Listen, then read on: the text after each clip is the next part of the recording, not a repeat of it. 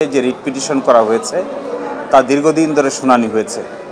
এখানে পিটিশনারদেরকে শুনানি হয়েছে, ইন্টারভেনার যারা ছিলেন সবাইকে শুনানি করা হয়েছে এবং একই সাথে রাষ্ট্রকেও শুনানি করার সুযোগ দেওয়া হয়েছে।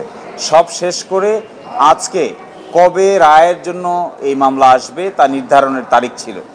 আজকে মাননীয় আদালত সব কিছু বিবেচনা করে 17ই ডিসেম্বর 2024 এই মামলার সংক্ষিপ্ত রায় ঘোষণা করবেন মর্মে আজকে আদেশ দিয়েছেন এবং ওই দিন আমরা সবাই থাকব।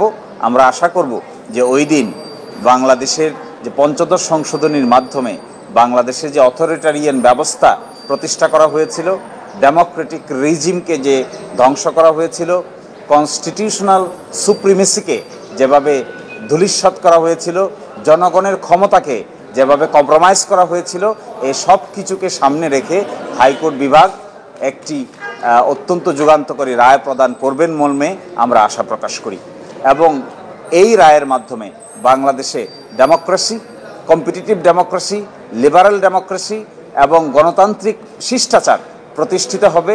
কম্পিটিশনের মাধ্যমে দেশের রাষ্ট্র ব্যবস্থা, সরকার ব্যবস্থা পরিবর্তনের পথ সুগম হবে এবং কেয়ারটেকার গভর্নমেন্টের যে বিধান বাতিল করে দেওয়া হয়েছিল, কেয়ারটেকার গভর্নমেন্টের বিধানও পুনরায় আসবে, এটাই আমরা প্রত্যাশা করি। বাকিটা আদালতের রায়ের অনুযায়ী আমরা নির্ধারণ করব এবং 17 তারিখের যে সংক্ষিপ্ত আদেশ দিবেন এরপরে বিস্তারিত রায় প্রকাশিত হবে।